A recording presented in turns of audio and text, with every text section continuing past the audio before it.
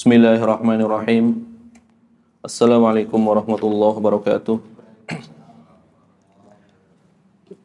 Alhamdulillahirabbil alamin. Wa asyhadu an la ilaha illallah wahdahu la syarika lah. Wa asyhadu anna Muhammadan abduhu wa rasuluh sallallahu alaihi wa ala alihi wa sahbihi wa sallama tasliman katsira ila yaumiddin, amma ba'd. Jamaah rahimanillah wa iyyakum. Kajian Bulughul Maram masih melanjutkan pembahasan tentang nawaqidul wudu.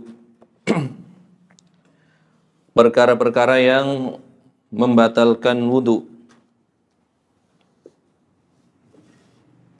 Pembahasan kali ini adalah yang berkaitan dengan takbilul mar'ah wa lamsuha la yanqudul wudu'a. Mencium atau menyentuh wanita tidak membatalkan wudu. Ini hadisnya maknanya adalah yang berkaitan dengan apa yang kita sebutkan. Walaupun nanti akan kita bawakan ya perbedaan pendapat di kalangan para ulama. Qala al-mu'allif rahimahullahu ta'ala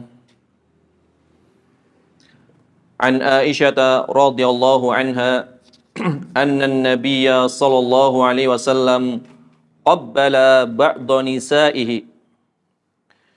Dan dari Aisyah radhiyallahu anha bahwasanya Nabi sallallahu alaihi wasallam pernah mencium salah seorang di antara istri-istri beliau. Tsumma kharaja ila sholati wa lam yatawadda. Kemudian Nabi SAW keluar ya dalam rangka melaksanakan salat dan beliau tidak berwudu. Tidak berwudu lagi. Akhrajahu Ahmad wa dha'afahu al-Bukhari. Hadis ini dikeluarkan oleh Imam Ahmad bin Hanbal dan didhaifkan, dilemahkan oleh Imam Al-Bukhari. Hadis ini diriwayatkan oleh Imam Ahmad bin Hanbal dari jalur Waqi, ya. Sana al-A'mash. Sana maknanya haddatsana. Telah menceritakan kepada kami al-A'mash an Habib ibni Abi Thabit, dari Habib ibni Abi Thabit, an Urwah ibni Zubair, dari Urwah ibni Zubair, an Aisyah radhiyallahu anha bihi, dari Aisyah radhiyallahu anha, yang dengan riwayat tersebut.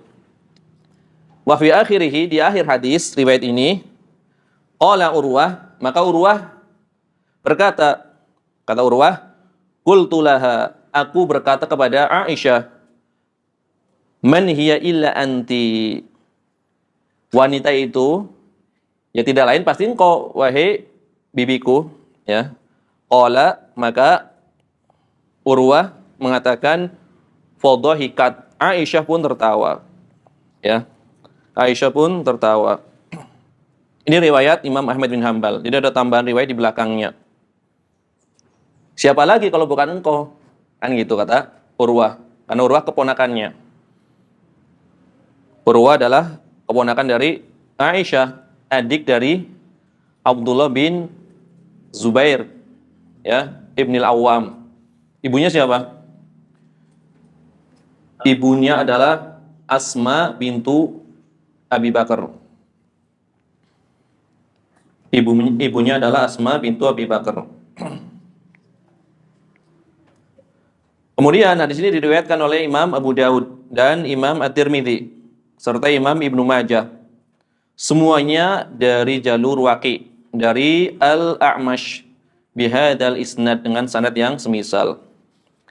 Nah, Imam Al-Bukhari mengatakan hadis ini adalah hadis yang dhaif, yang lemah, ya. Sebagaimana yang disebutkan oleh penulis kitab Bulughul Maram. Demikian juga ulama yang lain juga banyak yang mendhaifkan riwayat ini. Di antaranya Imam Abu Hatim kemudian Imam Yahya Ibnu Sa'id, kemudian Imam Ibnu Ma'in, dan Imam Ibnul Madini, serta Imam Ad-Daruqutni. Ini semuanya mendhaifkan. Kemudian Imam Al-Baihaqi di dalam kitab beliau Al-Ma'rifah, beliau mengatakan, "Hadza asyharu hadisin ruwiya fi hadzal bab wa huwa ma'lul." Ini adalah hadis yang paling populer yang diriwayatkan dalam permasalahan ini, yaitu tidak batalnya seorang yang mencium istrinya. Tidak batal wudunya seorang laki-laki yang mencium istrinya. Ini hadis yang paling populer. Wa huwa ma'lulun. Tetapi hadisnya ada ilatnya. Ilatnya diterangkan oleh para ulama dengan pembahasan yang cukup panjang. Tapi intinya ulama yang kita sebutkan tadi adalah di antara ulama yang mendhaifkan. Makanya di dalam mazhab Syafi'i tidak berdalil dengan hadis ini, karena hadisnya hadis yang dhaif, ya. Jadi jangan sampai ada ucapan mazhab Syafi'i mengingkari hadis, mengingkari riwayat ini, padahal mereka mendhaifkan. Tadi imam kibar, ya, para ahli hadis banyak mendhaifkan riwayat ini, termasuk Al-Imam Al-Bukhari rahimahullah taala. Adapun yang di dalam sana tadi disebutkan adalah Urwah Ibnu Zubair. Nah, disinilah di antara titik permasalahannya. Sebagian ulama mengatakan ini ada kekeliruan. Yang benar, Urwah di sini bukanlah Urwah bin Zubair, tetapi adalah Urwah Al-Muzani.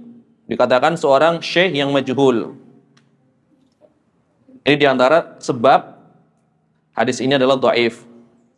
Sebab yang kedua adalah adanya al-inqita', keterputusan sanad. Karena Habib Ibnu Abi Thabit tidak mendengar dari Urwah. Ini adalah perkataan Yahya Ibnu Sa'id Al-Qattan dan Imam Al-Bukhari, serta Imam Ahmad bin Hanbal, kemudian Imam Abu Hatim, dan Imam Yahya bin Ma'in. Ya.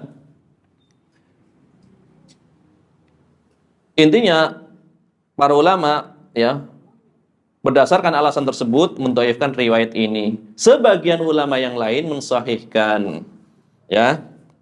Sebagian ulama yang lain mensahihkan. Di antaranya adalah kalangan a'immah, ya, mutaakhirin. Ya. Mutaakhirin maksudnya lebih akhir masanya daripada yang kita sebutkan tadi. Ya, di antaranya adalah Imam Ibnu Jarir, ya, Imam Ibnu Jarir At-Tabari, kemudian Imam Ibnu Abdul Bar, kemudian Imam Ibnu Katsir, kemudian Imam Ibnu At-Turkumani, kemudian Imam Az-Zailai, yang lebih mutakhirin lagi Syekh Ahmad Syakir, Syekh Al-Albani, kemudian Syekh Abdul Aziz bin Bas mensahihkan riwayat ini. Kemudian di antara jawaban tentang ilat sebab kedhaifan hadis ini tadi dikatakan Urwah yang di sini adalah Urwah, bukan Urwah bin Zubair, tetapi seorang syekh yang majhul, yaitu Urwah Al-Muzani. Maka dijawab, ya, dari redaksi hadis menunjukkan bahwasanya itu adalah Urwah bin Zubair. Mana mungkin ada yang berani bersandar dengan Aisyah, ya, kecuali orang yang masih kerabatnya. Dalam hal ini siapa? Urwah bin Zubair, bersandar dengan Aisyah dan sering bertanya kepada Aisyah tentang permasalahan-permasalahan fikih. Di antara perkara yang berkaitan dengan manasik haji. Beliau juga sering bertanya kepada Aisyah radhiyallahu anha, bibinya, karena wanita yang paling ahli fikih, Aisyah radhiyallahu anha. Jadi intinya sebagian ulama mensahihkan riwayat ini, sebagian ulama mendhaifkan riwayat ini. Kemudian Syekh Abdullah Al-Fauzan setelah membahas panjang lebar, ya, tidak perlu saya sebutkan, di ujungnya beliau memberikan kesimpulan. Wa khulasatu dzalika anna hadzal hadits ma'lul. Kesimpulan dari pembahasan kita tadi yang panjang, bahwasanya hadis ini adalah ma'lul, ya, ada ilatnya. walahu turukun wa syawahidu ma'lulatun aidon. Hadis ini memiliki jalur-jalur dan penguat yang lainnya, tetapi juga ada ilatnya juga Tetapi di dalamnya juga terdapat ilat, penyakit di dalam hadis. Kemudian Syekh Ahmad Syakir di dalam ta'liq beliau, di dalam ta'liq beliau atas Jami' at-Tirmidzi, dia menghukumi sebagian riwayat sahih, sebagian riwayat mendekati sahih.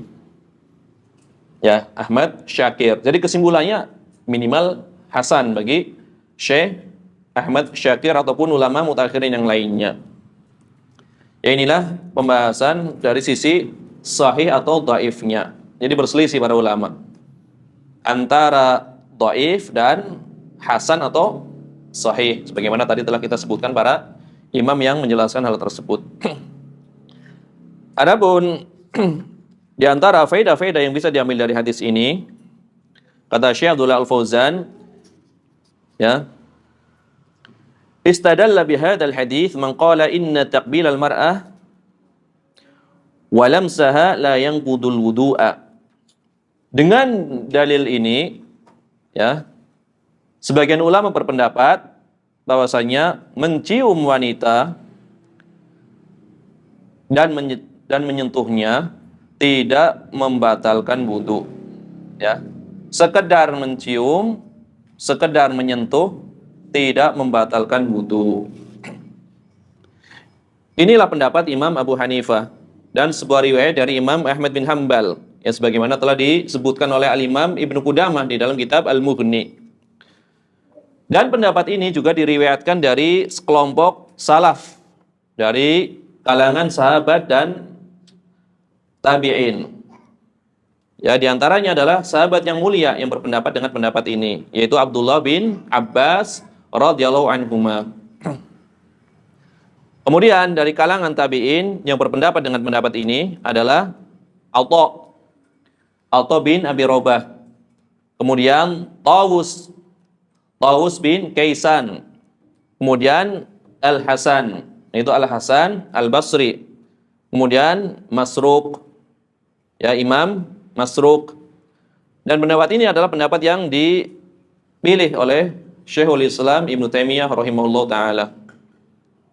Dan sekelompok ulama mutakhirin, di antaranya Syekh Abdul Aziz bin Baz dan Syekh Muhammad bin Shalih Al-Utsaimin, mengikuti pendapat yang pertama, pendapat Imam Abu Hanifah dan sebuah riwayat dari Imam Ahmad bin Hanbal. Ini pendapat yang pertama. Mencium ataupun menyentuh wanita tidak membatalkan wudu. Pendapat yang kedua, menyentuh wanita membatalkan wudu secara mutlak. Sama saja, baik menyentuhnya dibarengi dengan syahwat ataupun tidak dibarengi dengan syahwat. Ini pendapat yang kedua. Inilah pendapat yang masyhur di dalam madhab Syafi'i dan sebuah riwayat di dalam madhab Hambali. Pendapat madhab Syafi'i dan sebuah riwayat di dalam madhab Hambali. Jadi enaknya di dalam madhab Hambali selalu ada riwayat. Jadi kalau memilih pendapat yang bukan muktamad, masih dianggap mengikuti madhab Hambali, walaupun bukan pendapat muktamad.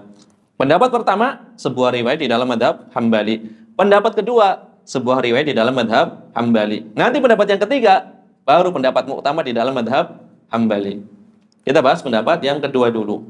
Menyentuh wanita membatalkan wudu secara mutlak. Mereka berdalil dengan firman Allah Ta'ala, aula mastumun nisa, atau menyentuh wanita. Ini ayat yang panjang, dipotong. Di situ ada ungkapan aula mastumun nisa. Qiraah yang lain lamnya nggak panjang. Au lamastumun nisa. Qiraah yang lain lamnya tidak panjang, pendek, menunjukkan menyentuh dengan tangan. Yaitu qiraahnya Imam Hamzah dan Al-Kisai. Berarti yang dimaksud menyentuh di sini adalah menyentuh dengan tangan. Kalau dibaca dengan qiraah yang tidak dipanjangkan, lamastumun nisa, artinya menyentuh dengan tangan. Walaupun qiraah yang kita bawakan tadi yang pertama adalah qiraah yang lamnya panjang, lamastumun nisa, yang mempunyai beberapa kemungkinan. Ada kalanya bisa dipahami menyentuh dengan tangan, atau ada kalanya maknanya adalah kiasan dari berjima.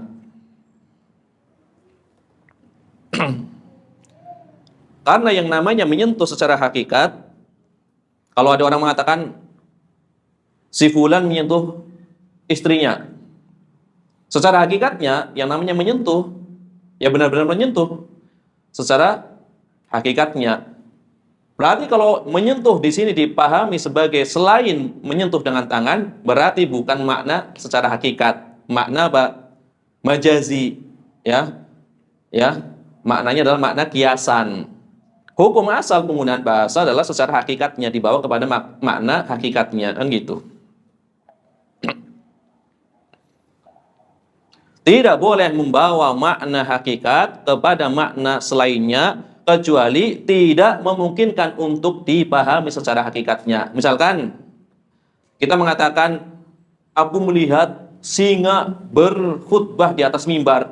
Nggak mungkin kita memahami sebagaimana hakikat singa, karena singa kan tidak mungkin bisa berkhutbah. Nah, kalau di sini memungkinkan, harus dipalingkan maknanya.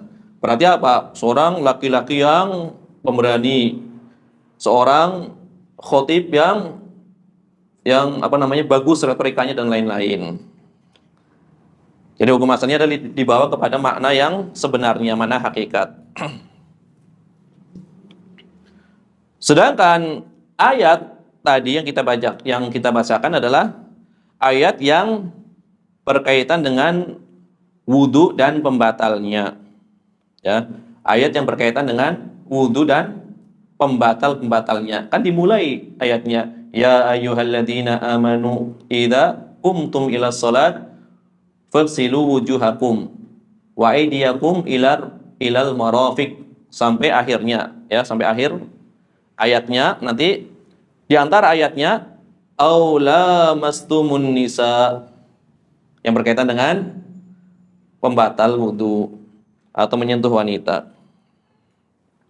Adapun tadi pendapat yang pertama, pendapat Imam Abu Hanifah, yang dimaksud menyentuh wanita di dalam ayat ini adalah jima, ya. Nanti akan datang keterangannya, ya. Insyaallah taala. Ini pendapat kedua. Nanti pendapat kedua akan diterangkan lebih panjang. Adapun pendapat yang ketiga adalah at-tafsil, merinci. Ya. Menyentuhnya dirinci. Menyentuh ada kalanya dengan syahwat, ada kalanya tidak dengan syahwat. Kalau dengan syahwat, maka membatalkan wudu. Kalau tidak dengan syahwat, maka tidak membatalkan wudu. Dirinci menyentuhnya. Inilah pendapat yang masyhur di dalam madhab Hambali. Dan ini adalah pendapat yang masyhur di dalam madhab Malik dan sekelompok dari kalangan salaf. Di antara dalilnya adalah ayat yang kita bacakan tadi. Sama dalilnya. Aula mastumun nisa, atau menyentuh wanita. Dalilnya sama, ya. Tetapi cara memahaminya berbeda. Kenapa? Karena digabungkan dengan dalil-dalil lain. Ya. Kalau dikatakan hadis tadi adalah hadis yang dhaif, masih ada dalil lain yang sahih yang menunjukkan bahwasanya sekedar menyentuh wanita tidak membatalkan wudu, ya. Oleh karenanya Imam Ibnu Rushdin Al-Hafid, berarti cucu. Karena di dalam mazhab Maliki ada dua ulama besar, cucu dan kakek. Gelarnya semuanya adalah, nisbatnya adalah Ibnu Rushdin. Yang cucu dikasih keterangan Al-Hafid. Yang kakek diberi keterangan Al-Jad. Kakeknya ulama besar di dalam mazhab Maliki. Namanya sama. Ya, Muhammad bin Ahmad bin Muhammad bin Ahmad.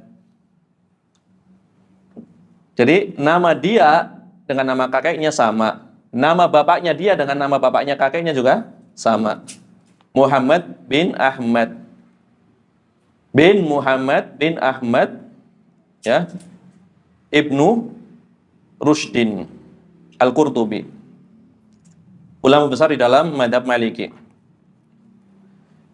Imam Ibnu Rushdin Al-Hafidh, cucu ini, beliau mengatakan di dalam kitab beliau Bidayatul Mujtahid, ya, kitab Bidayatul Mujtahid. Ini lagi hangat ini pembahasan Bidayatul Mujtahid. Ada kajian Bidayatul Mujtahid. Ya, kitab Bidayatul Mujtahid adalah muqarrar, kitab yang dipakai di Libya. Itu kitab perbandingan madhab. Asal penulisnya adalah bermadhab Maliki. Banyak istimewanya kitab ini. Yang pertama, beliau membawakan khilaf antar madhab. Ya, khilaf 3 madhab. Hanafi, Maliki, kemudian Syafi'i. Adapun madhab Hambali itu disamakan dengan madhab yang lain yang belum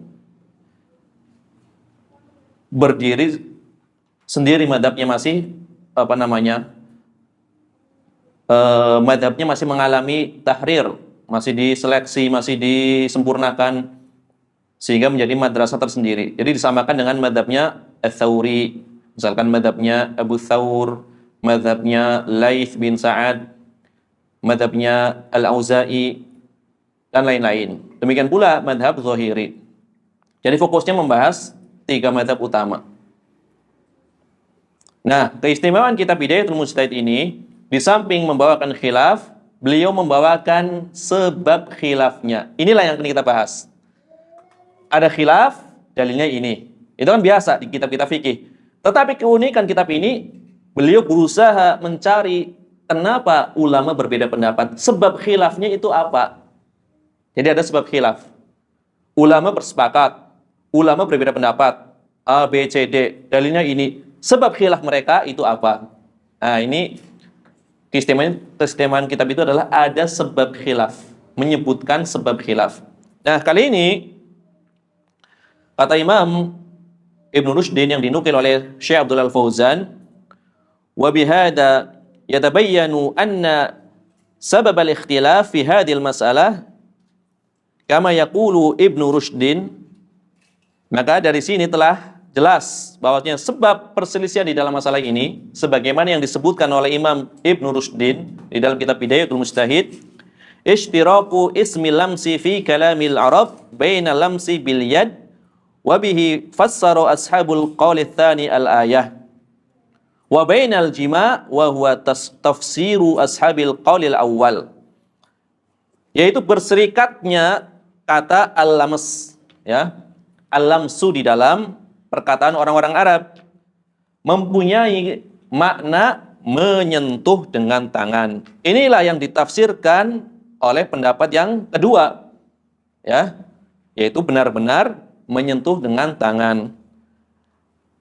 Atau maknanya adalah al-jima. Inilah yang ditafsirkan oleh para pengikut mazhab yang pertama. Ya. Jadi di dalam bahasa Arab mempunyai 2 makna. Ya. Berserikat di dalam kata tersebut. Maknanya yang satu menyentuh dengan tangan, maknanya yang satu adalah jima. Ini sebab khilafnya, ya.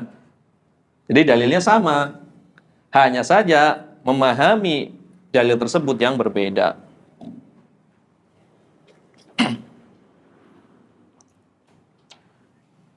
Ya, kita ulangi. Dalil pendapat yang ketiga, yang pertama adalah ayat yang tadi. Ya. Berbeda cara pandangnya karena disebabkan kalimat atau kata al-lamsu memiliki beberapa makna. Ini yang pertama.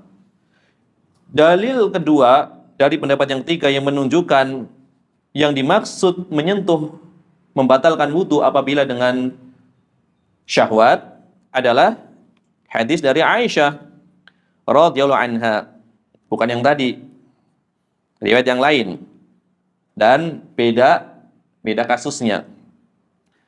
Annaha qalat, kata Aisyah, beliau berkata,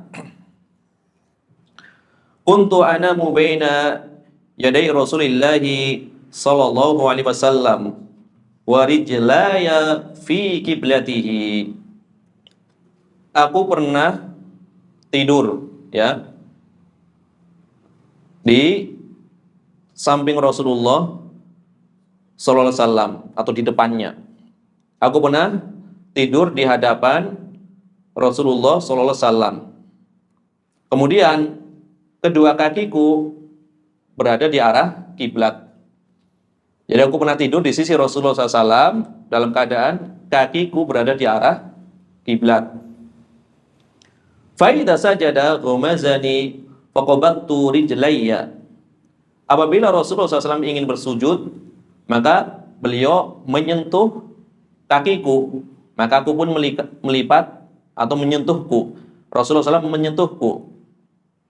Menyentuh di sini, ya, menyentuh kakinya tentunya. Kemudian aku pun melipat kedua kakiku, menekuk. Fa idza qama basattuha. Apabila Rasulullah kembali berdiri, bangkit, ya, dari sujud menuju berdiri, maka aku pun kembali membentangkan kedua kakiku. Qalat, kata Aisyah, wal buyutu yawma idzin laisa fiha masabih. Dan rumah-rumah, keadaan rumah-rumah sahabat ketika itu tidak ada lampunya, gelap. Ya. Jadi keadaan rumahnya adalah tidak memakai lampu, gelap ketika itu. Ini adalah riwayat Bukhari dan Muslim. Ya. Sekiranya sekedar menyentuh itu membatalkan wudu, niscaya wudunya Nabi SAW tentu batal. Ya, dan Nabi akan kembali berwudu kemudian mengulangi sholatnya. Karena kan menyentuh seperti ini. Kemudian dalil yang ketiga, mereka mengatakan sekiranya menyebabkan wajib berwudu disebabkan menyentuh secara mutlak, maka ini sangat memberatkan. Di dalamnya ada masyaqqah bagi manusia. Tidak ada satupun yang selamat dari hal tersebut. Ya. Sedangkan perkara-perkara yang di dalamnya ada haraj atau kesusahan atau masyaqqah, fahuwa muntafin syar'an. Itu adalah perkara yang harus ditiadakan secara syar'i. Ya. Karena di dalam agama ini dasarnya adalah kemudahan. Sesuatu yang menyusahkan secara syar'i itu harus dihilangkan. Itu maksudnya. Ya. Karena sangat susah. Contoh lagi dalam keadaan misalkan sedang apa? Melaksanakan ibadah haji misalkan, tawaf misalkan. Kalau sekadar menyentuh membatalkan wudu, ini sangat memberatkan, sangat menyusahkan. Maka dari sini sebagian ulama yang merojihkan pendapat menyentuh wanita secara mutlak tidak membatalkan wudu terbagi menjadi dua pendapat. Yang tadi, yang pertama adalah berjima, yang kedua adalah disyaratkan dengan syahwat. Adapun yang berdalil yang membatalkan wudu adalah jima, mereka menyebutkan beberapa alasan. Beberapa alasan. Pertama adalah hadis yang kita sebutkan tadi dari Aisyah dari Bukhari dan Muslim, riwayat Bukhari dan Muslim. Ya. Kemudian di dalam riwayat Aisyah tersebut, Nabi menyentuhku, kemudian aku melipat kakiku dan seterusnya. Bagi ulama Syafi'iyah, di sini ada ihtimal. Ya. Ihtimal maknanya adalah dibawa kepada kemungkinan-kemungkinan. Ada kalanya menyentuh itu bisa dengan pembatas, hail, pembatas. Atau ada kalanya menyentuh di sini memang benar-benar menyentuh, tetapi kekhususan bagi Nabi SAW menyebabkan hukumnya berbeda dengan keumuman kaum muslimin yang lainnya, ya. Maka ini dikatakan, ya, oleh sebagian ulama, ini adalah takalluf dan mukhalafatun lidh-dhahir, menyelisihi zahirnya. Jadi apa yang berlaku bagi Nabi SAW secara umum kan berlaku bagi umatnya. Kan tadi ditakwil, pertama menyentuhnya ada pembatas. Kalau menyentuhnya ada pembatas, ya tentu tidak menyentuh secara langsung, berarti memang tidak membatalkan wudhu. Atau yang kedua, kalaupun menyentuhnya secara langsung, khusus bagi Nabi tidak membatalkan wudhu. Bagi selainnya membatalkan wudhu. Nah, kekhususan ini kan membutuhkan dalil, maka dikatakan takalluf, memberat-beratkan diri. Ya, ini disebutkan oleh Al-Hafidh, ya, Al-Aini di dalam kitab Umdatul Qari, serta Imam Asy-Syaukani di dalam Nailul Autor, ya, serta pembahasan panjangnya juga didahului oleh Imam Ibnu Hajar Al-Asqalani dalam Fathul Bari. Jadi adanya takwil di dalam hadis ini. Kalaupun misalkan takwil ini tidak bisa diterima, dalil pengkhususan tidak ada.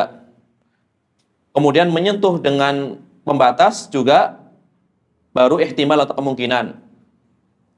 Maka ketika dalil-dalil tersebut ada kemungkinan-kemungkinan, secara otomatis dalil tersebut tidak bisa dijadikan hujah, ya, menjadi tidak kuat karena maknanya tidak jelas, bisa ditarik ke A, B, C dan lain-lain, ya.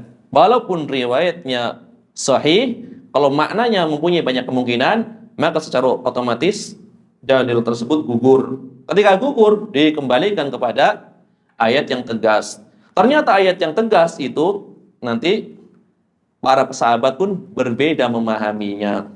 Ya, sebagian sahabat, 3 orang sahabat diantaranya memahami, menyentuh, benar-benar menyentuh. Di antaranya Umar Ibnul Khattab, ya, di antaranya adalah putra beliau Ibnu Umar dan beberapa sahabat yang lainnya setelah para tabi'in.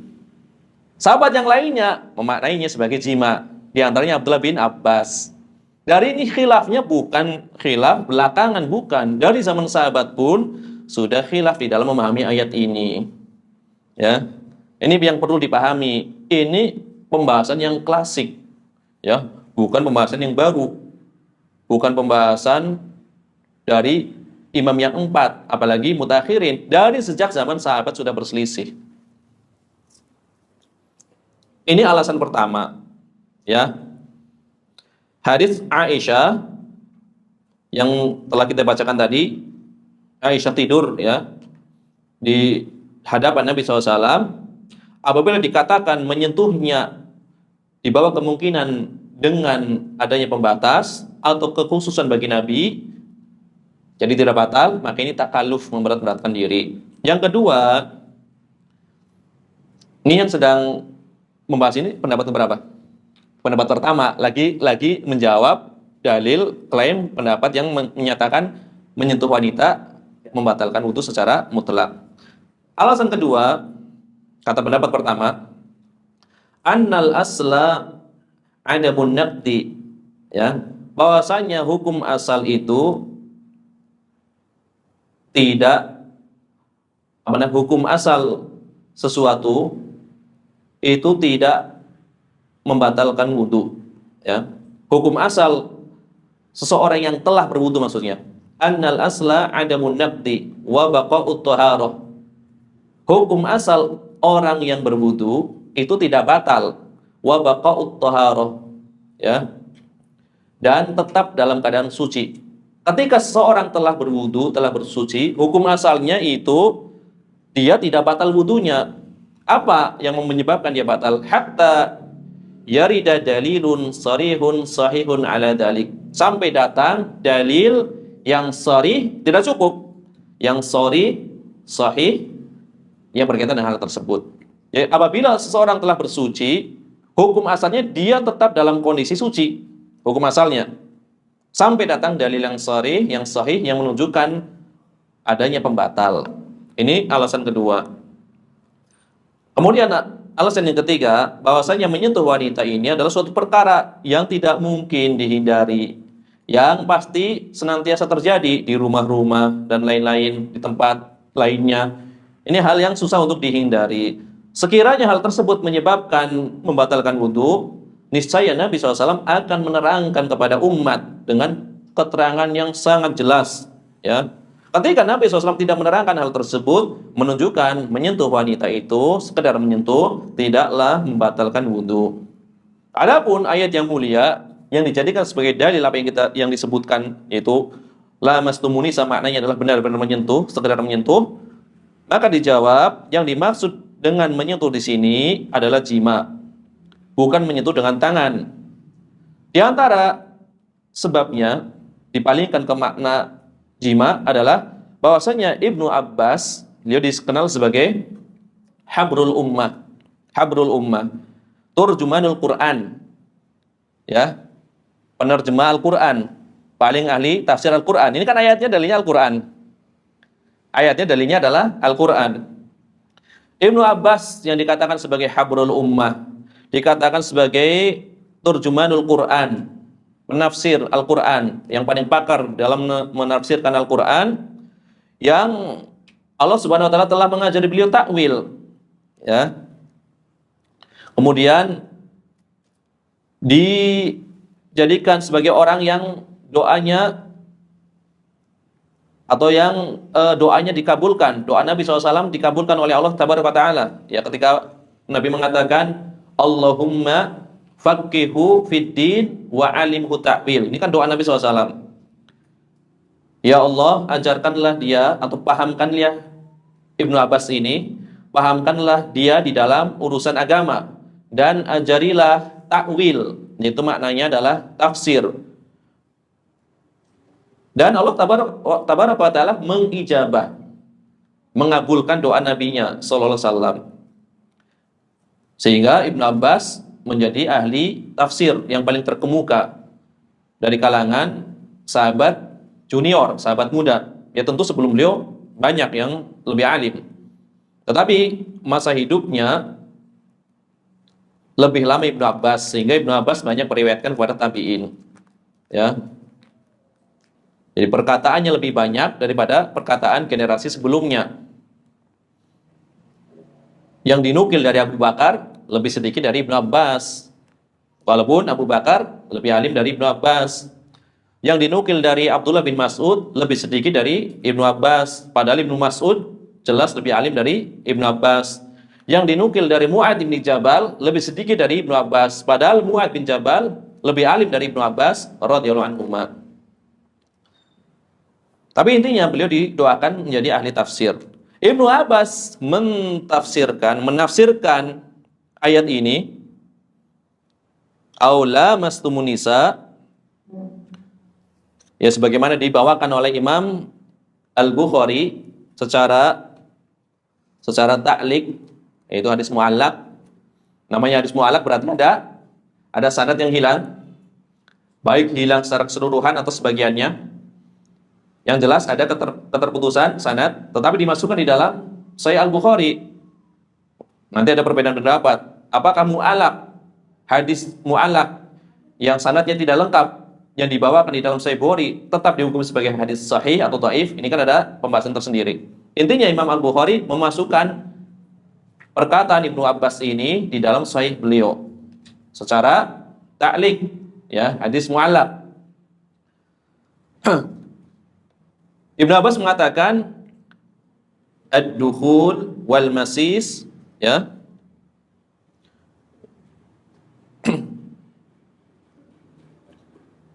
ad-dukhul wal masis walimas huwa al-jima, atau lamas atau limas huwa al-jima. Jadi padanan kata untuk jima itu banyak, ya. Di antaranya adalah dukhul, di antaranya adalah masis, di antaranya adalah lamas. Maknanya semuanya adalah jima. Nah, ini dibawakan oleh Imam Al-Bukhari yang di dalam kitab Sahih beliau. Kemudian kitab beliau ini disyarah oleh Al-Hafidz Ibnu Hajar Al-Asqalani, ya, dalam kitab beliau Fathul Bari.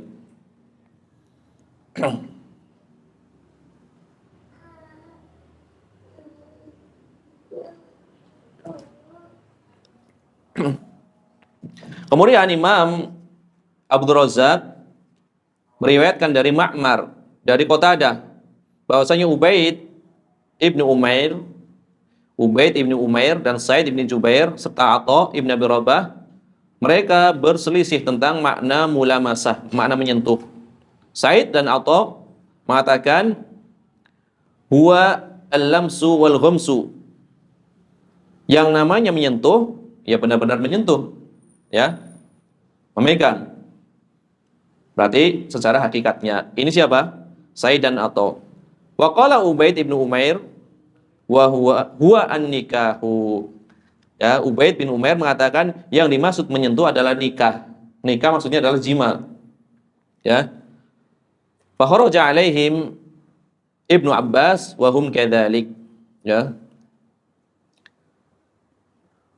Kemudian ketika tiga orang ini sedang mengemukakan pendapatnya masing-masing, dua orang berpendapat yang namanya menyentuh adalah benar-benar menyentuh, satu orang berpendapat maknanya adalah nikah atau jima, maka Ibnu Abbas keluar menemui mereka, ya.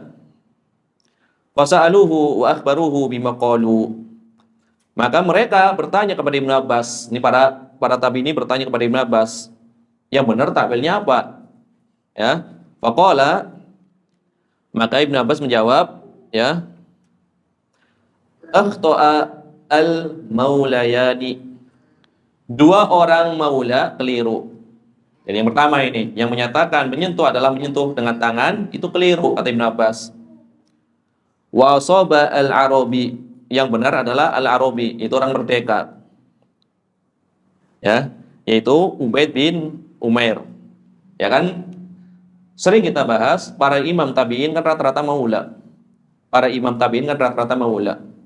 Ini dua orang maula keliru kata Ibnu Abbas. Yang benar adalah al-arabi, orang Arab, orang merdeka maksudnya. Wa huwa al-jima. Ya, maknanya adalah jima. Nah, ini dalam memahami kita fikih seperti itu. Ketika dikatakan dia orang Arab, berarti orang merdeka. Ya. Dia adalah orang merdeka. Kalau budak berarti maula. Misalkan bidaknya telah dimerdekakan, adalah namanya, disebutnya sebagai maula. Dua orang maula keliru, yang benar orang Arab itu.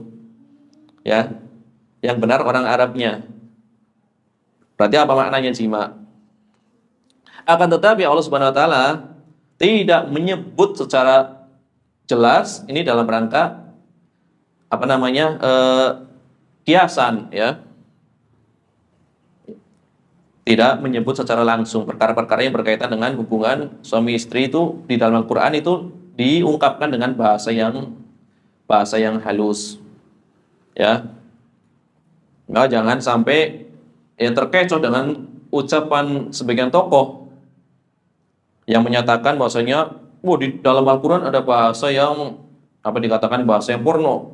Kenapa? Karena dikatakan menyusui. Ya, menyusui bukan suatu yang porno, hal yang biasa. Ya kan? Justru yang porno itu di Injil. Luar biasa pornonya di Injil. Yang dimaksud Injil maksudnya Alkitab. Karena versi sekarang kan ada perjanjian lama, perjanjian baru. Perjanjian lama berisi Taurat dan lain-lain. Perjanjian baru yang dikumpulkan sekarang berisi 4 Injil dan surat-surat dari Paulus. Ada Injil Matius, ada Injil Lukas, ada Injil Markus, ada Injil Yahya atau Yohanes. Itu benar-benar di dalamnya penuh dengan kalimat-kalimat yang cabul. Ya. Sampai sekarang dicetak penuh dengan kalimat yang cabul. Menggambarkan payudara wanita, digambarkan seperti itu. Seperti dikatakan seperti buah pepaya yang menggantung-gantung dan seterusnya. Ini apa-apaan di dalam kitab yang dianggap sebagai kitab suci. Apalagi nanti di dalam pembahasan Kidung-Kidung Salomo, ya. Kidung-kidung Salomo yang menceritakan tentang Sulaiman. La haula wala quwata illa billah. Ya, nggak sanggup membacanya. Di dalam Islam, Nabi Rasul alaihi wassalatu wassalam itu sangat begitu mulianya, ya kan? Begitu mulianya, ya. Orang-orang pilihan itu begitu mulianya. Di dalam kitab Bible Perjanjian Lama itu dianggap sebagaimana keadaan orang biasa. Misalkan dia seorang raja, ya tabiatnya seorang raja yang suka berfoya-foya, yang suka wanita dan seterusnya. Nggak ada kemuliaan sedikit pun disebutkan di dalam kitab-kitab mereka. Padahal di dalam Islam, Nabi itu adalah manusia yang maksum, tentu sangat mulia. Sangat jauh sekali perbedaannya antara Alkitab dengan Al-Quran. Jadi Allah Subhanahu wa taala ketika menyebut ya hubungan antara suami istri itu tidak secara langsung, ya. Makanya di sini menyentuh. Ini adalah tafsir dari Ibnu Abbas radhiyallahu anhuma. Kemudian sebagian kelompok dari salaf juga sama dengan Ibnu Abbas memaknai sebagai jima, ya sebagaimana diterangkan oleh Imam Ibnu Jarir At-Tabari di dalam tafsir beliau. Ya, di dalam tafsir beliau, tafsir Ibnu Jarir Jami'ul Bayan, ya, an ta'wili ayatul Quran. Kemudian Imam Ibnu Katsir juga menukil telah sahih, ya, dari lebih dari satu jalur yang diriwayatkan dari Abdullah bin Abbas tentang pernyataan beliau, yaitu memaknai menyentuh dengan jima. Inilah yang dirojihkan atau dipilih oleh Imam Ibnu Jarir At-Tabari rahimahullah ta'ala. Ini adalah alasan pertama. Makna menyentuh di dalam ayat ini adalah jima berdasarkan tafsir dari Habrul Ummah. Ya. Yang benar Habrul Ummah atau Habrul Ummah. Nah, kan kita sering mendengar sebagian penceramah mengatakan Habrul Ummah. Habrul kan tinta. Tintanya ummah. Padahal yang benar, kita ngomong benar bukan benar secara harokatnya, ini pembahasan lain. Makna yang benar adalah alimnya ummah. Nah, alimnya umat ini, orang alimnya umat ini, kalau di kalangan muhaddisin itu difathahkan habrul ummah. Orang alimnya umat ini.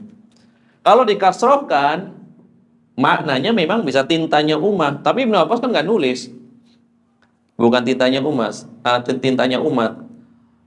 Nah, ini kalau dari sisi makna yang betul maknanya alimnya umat.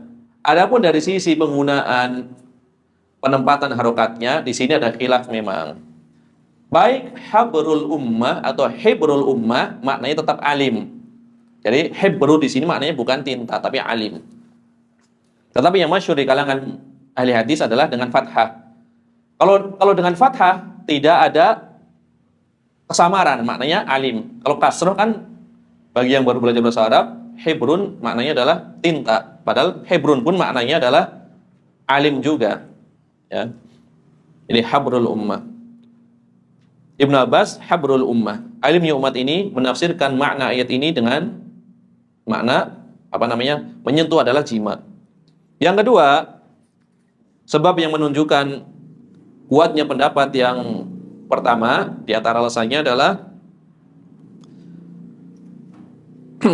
annahu idza humila lafdzul mulamasa abil lamus fil qira'ah al-ukhra 'ala al-jima' takunu al-ayah syamilah lil hadatsain al-asghar fi qoulihi ta'ala ya al-asghar fi qoulihi aw jaa'a ahadum minkum minal gha'id wal akbar fi qoulihi aw lamastumun nisa.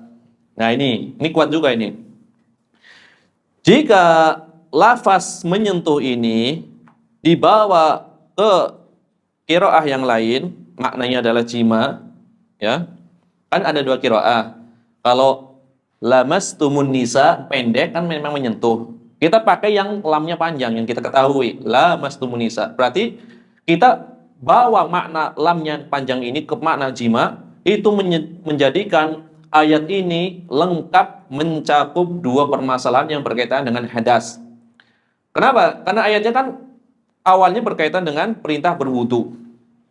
Kemudian apabila junub, maka mandi. Berarti apa di sini? Dua cara bersuci, ya, wudu dan mandi. Kemudian di ujungnya, au jaa ahadum minkum minal ghaid, atau salah seorang dari kalian datang dari buang hajat, buang air besar. Nah, ayat ini menjadikan dalil pembatal wudu adalah buang air besar. Maka dia harus berwudu. Berarti dia mengalami hadas kecil. Kemudian aula mastumun nisa, atau menyentuh wanita, ini adalah dalil hadas besar. Ya. Maksudnya ayat ini tadi, au ja'atum minkum minal ghaid, itu asalnya berwudu, ya, asalnya berwudu. Kemudian apabila tidak mendapatkan wudu kan bertayamum, ya. Au ja'ahadum minkum minal ghaid, ya, dan seterusnya dikatakan, ya, falam tajidu ma'an fatayammamu sa'idan thayyiba, dan kalian tidak mendapatkan air, maka bertayamumlah dengan tanah yang baik. Nah, pembahasan wudu telah selesai. Pembahasan mandi juga telah selesai di ayat yang awal. Berarti perintah berwudu untuk hadas kecil, perintah mandi untuk hadas besar. Kali ini adalah berkaitan dengan tayamum. Sebagaimana penggunaan air untuk hadas besar dan hadas kecil, penggunaan tanah pun untuk hadas besar dan hadas kecil. Seandainya aula mastumunisa ini hanya khusus hadas kecil, maka tidak sesuai dengan balaghah Al-Quran. Masa yang dua diterangkan secara lengkap, yang satu cuma satu saja, cuma dari hadas kecil saja, ya. Maka apabila kita memaknai menyentuh wanita adalah dengan jima, maka lengkap ayatnya. Sebagaimana berwudu dan mandi itu adalah asal untuk mengangkat hadas kecil dan hadas besar, maka tayamum itu pun sebagai pengganti untuk, ya, untuk mengangkat hadas kecil dan hadas besar. Jadi lengkap kalau kita memaknai sebagai jima. Kalau memaknai sebagai menyentuh, berarti tidak ada keterangan tayamum untuk hadas besar. Itu. Ini salah satu dalilnya.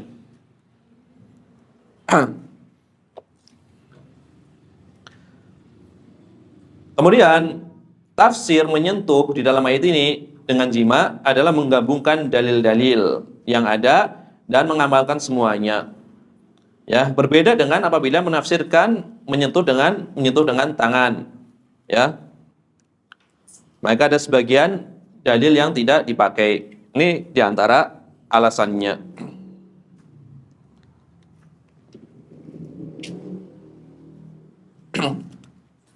Adapun di dalam mazhab Hambali, berarti pendapat yang ketiga, dan ini adalah pendapat jumhur ulama Hambali dan Maliki,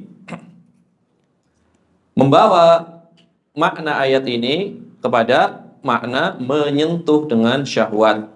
Kenapa? Karena menyentuh wanita ini adalah madinatul hadas, ya.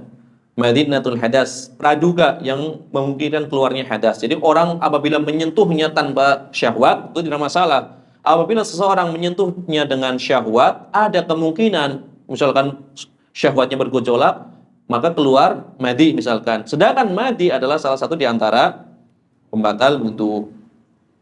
Ya. Ini adalah madinatul hadas, ya. Adanya praduga keluar hadas. Ini adalah pendapat yang muktabar di dalam mazhab Hambali. Tetapi kita katakan tiga pendapat tadi itu semuanya ada di dalam mazhab Hambali riwayatnya, ya. Riwayatnya ada. Jadi menyentuh dengan syahwat membatalkan wudu.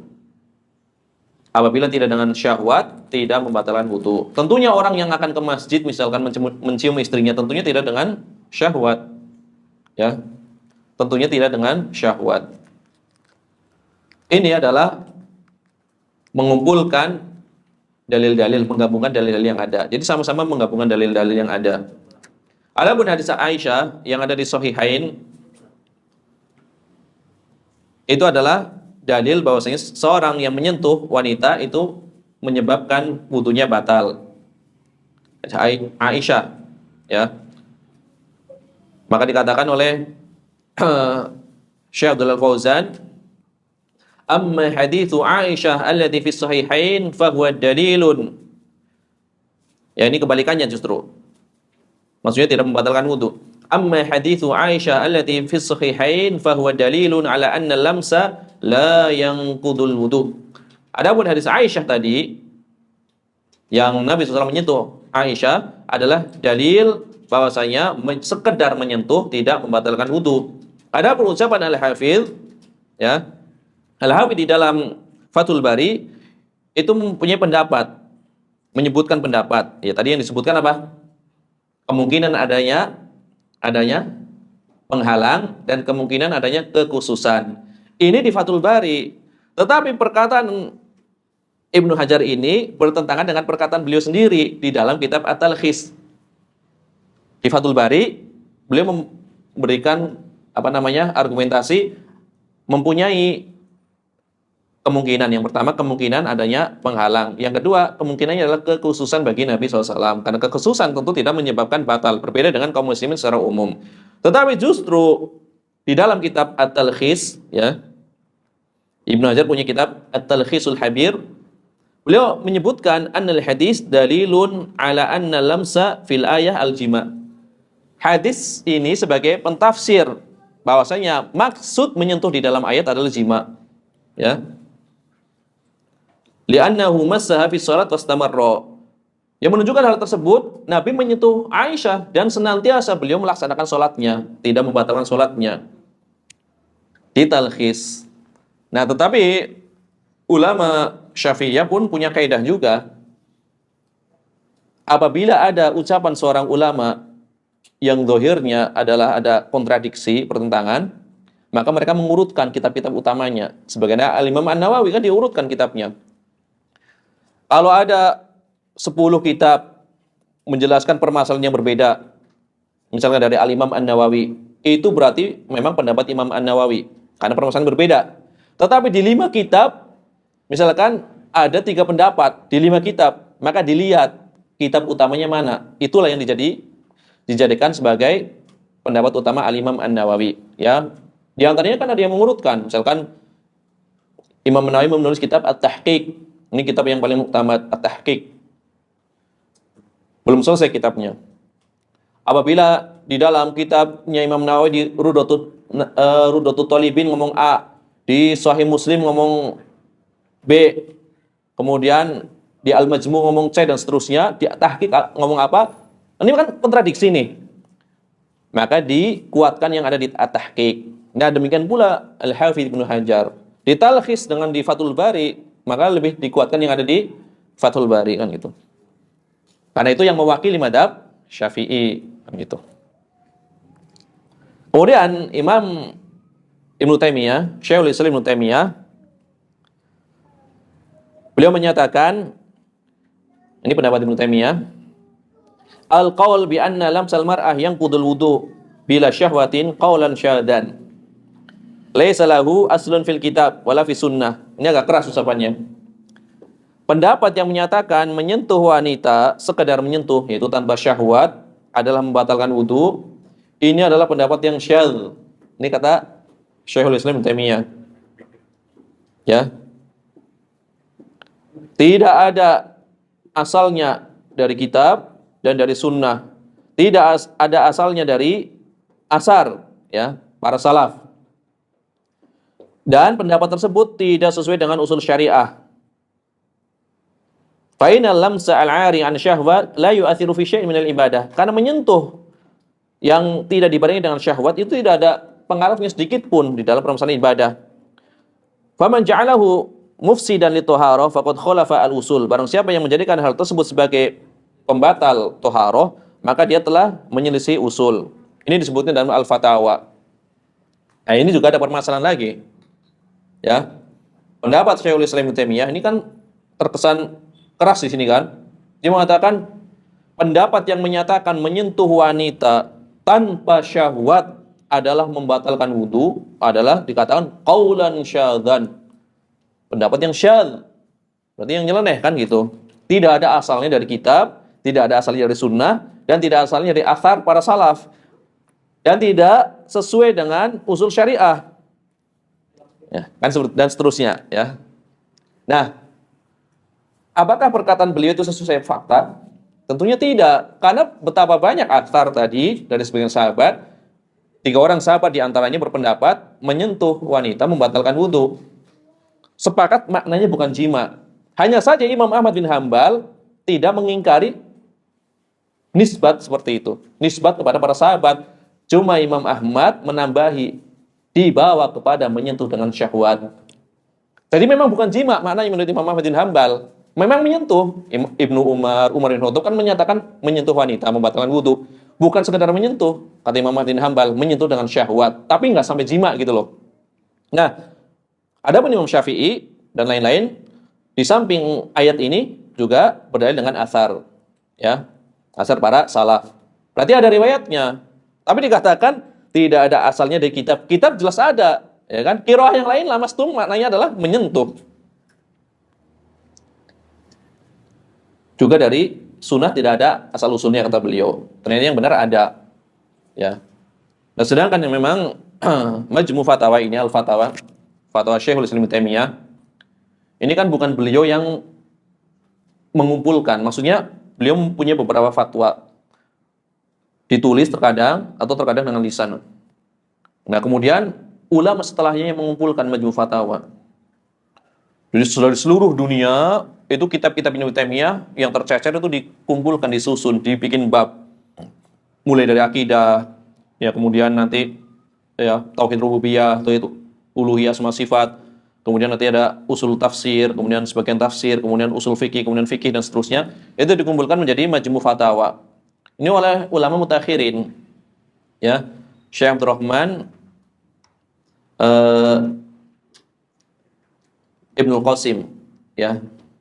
Syekh Abdurrahman Ibnul Qasim atau Al-Qasimi. Nama beliau Abdurrahman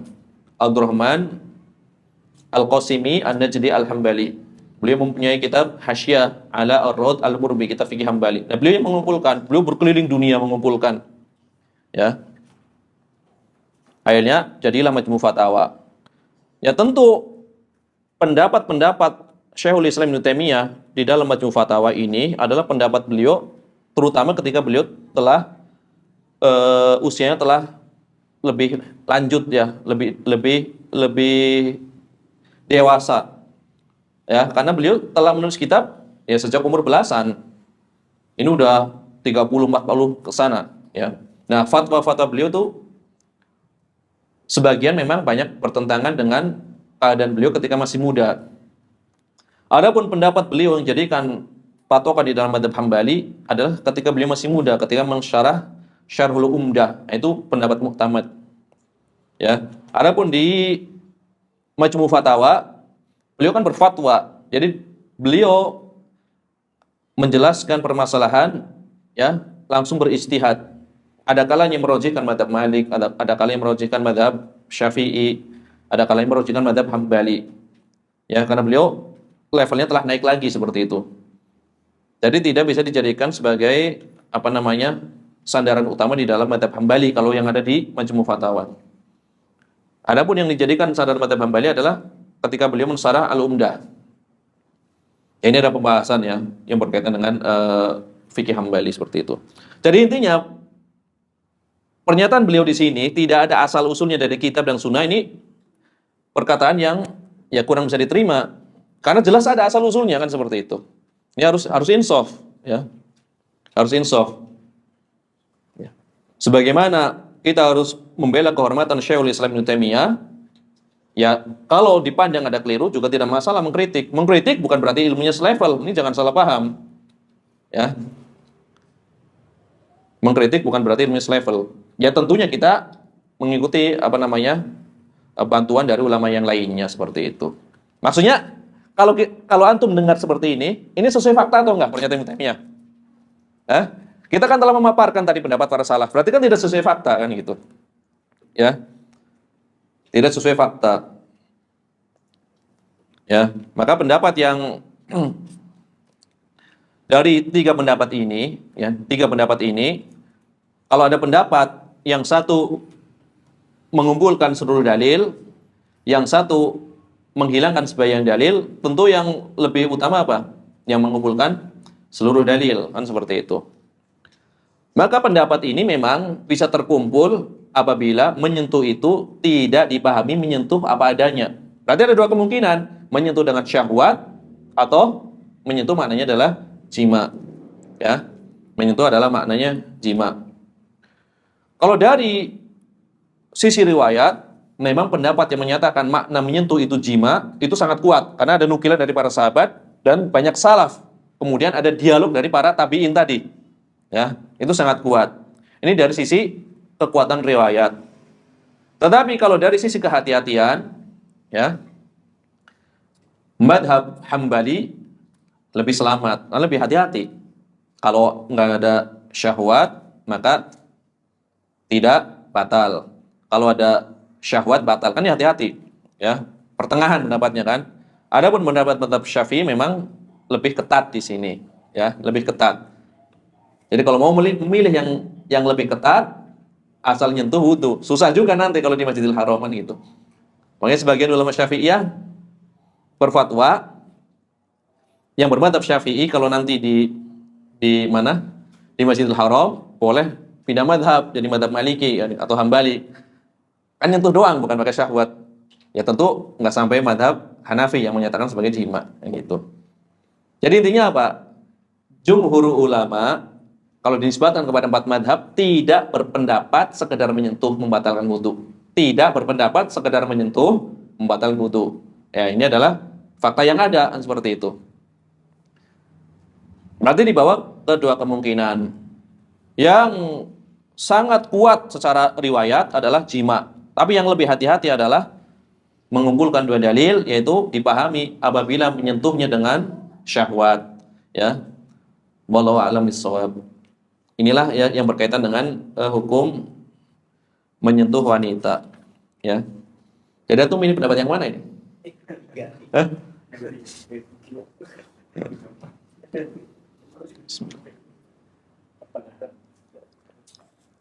Umumnya pendapat pertengahan lebih kuat, itu umumnya, ya. Karena umat Islam kan umat pertengahan kan seperti itu. Karena pendapat yang pertengahan itu mengumpulkan seluruh dalil. Ya, tidak ada satupun yang dibuang. Walau alam bisawab. Ya, kita lanjutkan baca hadisnya. Mau saya bacakan fawaid terlalu kepanjangan nanti. Jadi yang penting tahu khilafnya saja, cukup kelamaan. Fawaid terlalu banyak. Ya, maksudnya fawaid yang bukan hanya sekedar berkaitan dengan fikihnya, fawaid yang lain itu banyak, tapi tidak perlu saya bacakan. Ya, permasalahan berikutnya adalah yang berkaitan dengan hukmus syak fil hadath ma'a tayakkunit thaharah. Hukum ragu-ragu. Ya. Hukum ragu-ragu, seorang yang ragu-ragu apakah dia berhadas padahal dia yakin tadi telah bersuci gitu loh. Dia tadi yakin sudah berwudu, kan yakin selesai wudu. Kemudian dia ragu-ragu, nih hadas atau enggak? Nah, ini yang akan kita bahas. Ya, hukum orang yang ragu-ragu. Apakah dia berhadas atau tidak? Padahal tadi dia yakin telah melakukan suatu toharoh, ya. An Abi Hurairah radhiyallahu anhu qala, dari Abu Hurairah radhiyallahu anhu, beliau berkata, qala Rasulullah sallallahu alaihi wasallam, Rasulullah sallallahu alaihi wasallam bersabda, "Idza wajada ahadukum fi batnihi syai'an." Idza wajada ahadukum fi batnihi syai'an. Apabila salah seorang di antara kalian mendapati sesuatu di dalam perutnya. Mungkin kayak suara bergemuruh di perut, ya, bergerak. Mendapati sesuatu di perutnya. Fashkal alaihi, dia ragu-ragu, kentut atau enggak, ya. Keluar sesuatu atau enggak, ya. Fashkal alaihi, ragu-ragu dia. Ada kesamaran. antara keluar atau tidak sesuatu ya dari perut tersebut. Maka ditafsirkan di sini, kharaja minhu syai'un am la? Apakah keluar sesuatu darinya atau tidak? Ini ragu-ragu. Fala yakhrujanna minal masjid hatta yasma'a sautan aw yajida rihan. Maka janganlah dia keluar dari masjid, maka senantiasa dia sholat, ya. Maka janganlah dia keluar dari masjid, itu tetap lanjutkan sholatnya, hatta yasma'a sautan, sampai dia mendengar suara, aw yajida rihan, atau mendapati baunya. Akhrajahu Muslim. Hadis ini diriwayatkan oleh Imam Muslim. Ini apabila ragu-ragu, bukan jangan sampai, soalnya ada poster waktu itu, ya. Poster yang isinya salah paham. Judulnya adalah kentut kecil tidak membatalkan wudhu. Ya kalau dia yakin kentut walaupun nggak dengar ya membatalkan wudhu. Ada posternya, jadi kesalahpahaman. Maksud di sini hatta yasma'u sautan itu untuk keyakinan. Kalau dia ragu, namanya ragu kan tidak ada kejelasan. Jadi selama nggak dengar suaranya, kalau antum ragu maka jangan keluar dari sholat kan seperti itu. Bukan misalkan dia nggak dengar tapi dia sadar ada sesuatu yang keluar. Walaupun nggak mendengar ya tetap batal. Jadi bikin poster kentut kecil tidak membatalkan wudhu. Ini musibah.